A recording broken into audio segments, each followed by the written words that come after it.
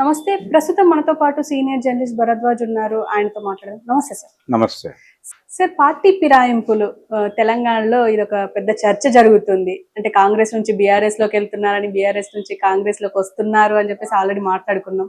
అంటే దీని మీద అనర్హత వేటు వెయ్యాలా వద్దా అనేది ఇంకా సుప్రీంకోర్టులో ఇంకా తేలలేదు.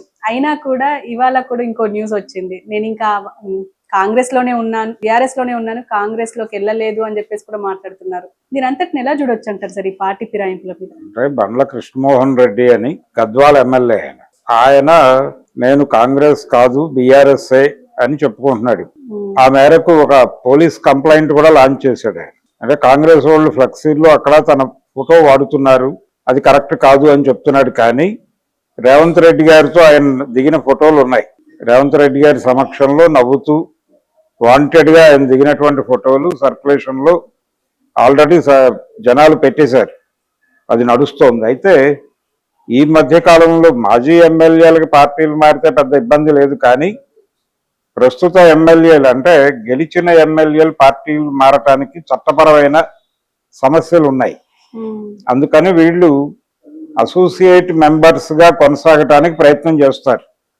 అయితే ఇతని విషయంలో గద్వాల కృష్ణమోహన్ రెడ్డి వ్యవహారంలో కొంచెం వేరే ధోరణి కనిపిస్తోంది.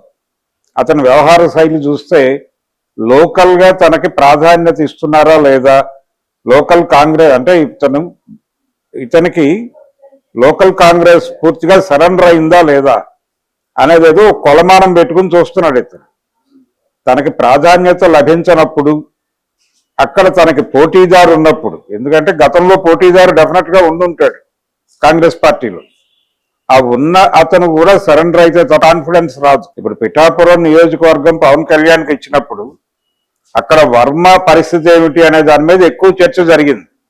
ఇప్పటికీ చర్చ జరుగుతూనే ఉంది.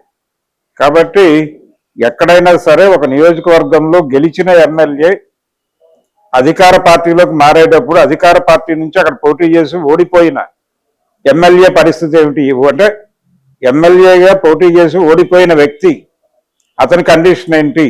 గెలిచుంటే అతనే ఎమ్మెల్యే అయి ఉండేవాడు కదా, కానీ పార్టీలో అతని కండిషన్ ఏంటి? అతను సరెండర్ అవుతాడా లేదా, అతనితో పాటు మిగిలిన వాళ్ళందరూ సరెండర్ అవుతారా లేదా, వచ్చే ఎన్నికల్లో తనకు ఆ పార్టీ టికెట్ ఇస్తుందా ఇవ్వదా, ఇన్ని రకాల క్యాలిక్యులేషన్స్ తో వీళ్ళు పార్టీ మారటం అనే దాని మీద ఒక నిర్ణయం తీసుకుంటారు.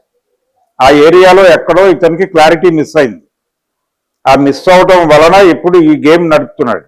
సుప్రీంకోర్టులో కేసు ఇంకా తేలలేదు.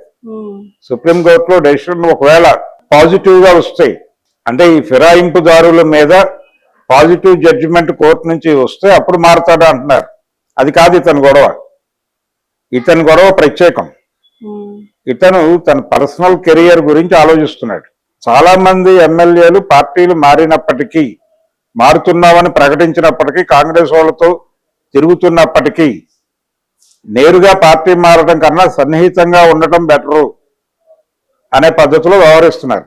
ఈ పార్టీల మెంబర్షిప్ కూడా చాలా విచిత్రంగా ఉంటుంది.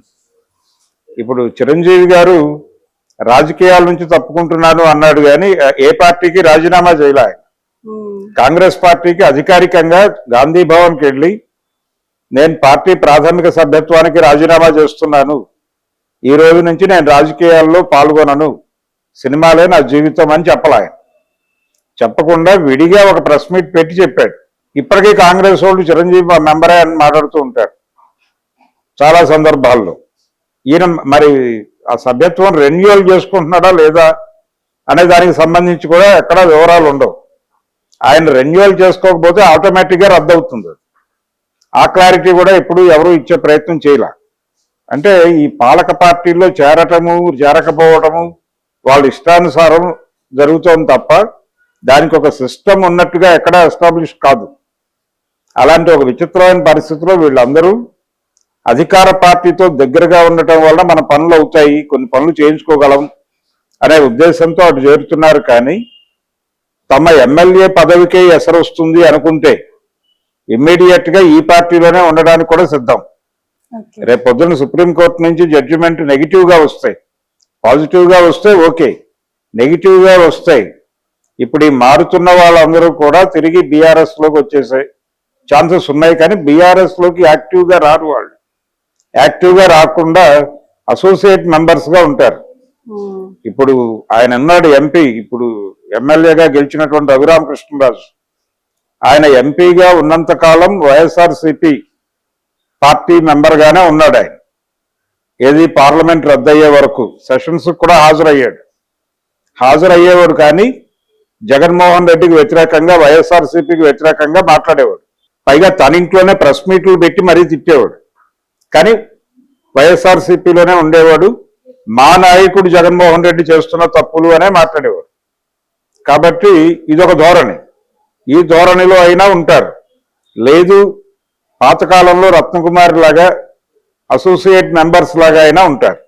అంతే తప్ప తమ పదవికి ఇబ్బంది కలుగుతుంది అనుకుంటే, మేము నిజానికి ఎలా ఉండాలి, వీళ్ళు రాజకీయ భేదాభిప్రాయం, కేసీఆర్ విధానాల పట్ల వ్యతిరేకత ఉంది మాకు అనుకుంటే, పార్టీకి రాజీనామా చేసి కాంగ్రెస్ లో చేరుతున్నాము అని లెటర్ ఇచ్చి బీఆర్ఎస్ మెంబర్గా నన్ను గెలిపించారు ఈ ప్రజలు, కాబట్టి నన్ను చూసి ఓటేసి ఉండొచ్చు, బీఆర్ఎస్ పార్టీని చూసి కూడా ఓటేసి ఉండొచ్చు. అందుకని ఆ ఓటును గౌరవిస్తూ నేను నా పదవికి కూడా, ఎమ్మెల్యే పదవికి రాజీనామా చేస్తున్నాను, బై ఎలక్షన్స్ లో నేను కాంగ్రెస్ నుంచి కంటెస్ట్ చేసి గెలుస్తాను అని ఇందులో ఎవరైనా మాట్లాడారా? ఎవరూ మాట్లాడలేదు. కాబట్టి పదవుల గొడవ ఇది. పదవులు కాపాడుకోవటానికి వాళ్ళు పార్టీలో అంటే మారచ్చు అంటే మారతారు, మారకుండా తటస్థంగా ఉండమంటే తటస్థంగానే ఉంటారు, అసోసియేట్ మెంబర్గా ఉండమంటే అలాగే ఉంటారు. లేదు విడిగా రఘురామకృష్ణరాజు గారి పద్ధతిలో వ్యవహరించమన్నా వ్యవహరిస్తారు. ఓకే. దేనికైనా సిద్ధం. ఆ కేటగిరీలో పర్సనల్ ప్రాబ్లం ఉంది ఆయనకి. గద్వాల ఎమ్మెల్యే గారికి పర్సనల్ సమస్య అంటే కెరియర్ ప్రాబ్లం ఉంది ఆయనకి. వచ్చే ఎన్నికల్లో టికెట్ ఇస్తారో ఎవరో క్లారిటీ లేదు. ఫ్లెక్సీల్లో ఫోటోలు వేస్తున్నారు కానీ చాలా విషయాల్లో అక్కడ ఆల్రెడీ కాంగ్రెస్ నుంచి కంటెస్ట్ చేసిన ఎమ్మెల్యేకే ప్రాధాన్యత ఇస్తున్నారండి. అది నీకు నచ్చట్ల. ఆ గొడవతో అలా హోల్డ్ అయ్యి నేను బీఆర్ఎస్లోకి వెళ్ళిపోయే ఛాన్సెస్ ఉన్నాయని చెప్తున్నాడు. ఇందులో చాలా మంది మారిన వాళ్ళలో చాలా మంది మేము కాంగ్రెస్ పార్టీతో వెళుతున్నాం కానీ కేసీఆర్ పట్ల మాకు అభిమానం ఉంది, మా ఇంట్లోనూ మా పర్సుల్లోనూ కేసీఆర్ ఫోటో ఉంది ఇప్పటికే అని చెప్పేవాళ్ళు చాలా మంది ఉన్నారు. ఓకే. కాబట్టి వీళ్ళు అధికారంలో ఉన్న పార్టీతో మాత్రమే కాదు, పాలక పార్టీలు అన్నిటితోనూ దగ్గర సంబంధాలు మెయింటైన్ చేస్తారు. ఎప్పుడు ఏది అవసరమైతే అప్పుడు వెళ్ళి ఆ తలుపు కొడతారు. వీళ్ళకి అధికారమే పరమావధి తప్ప ప్రజా సమస్యలు కాదు. Okay sir, thank you.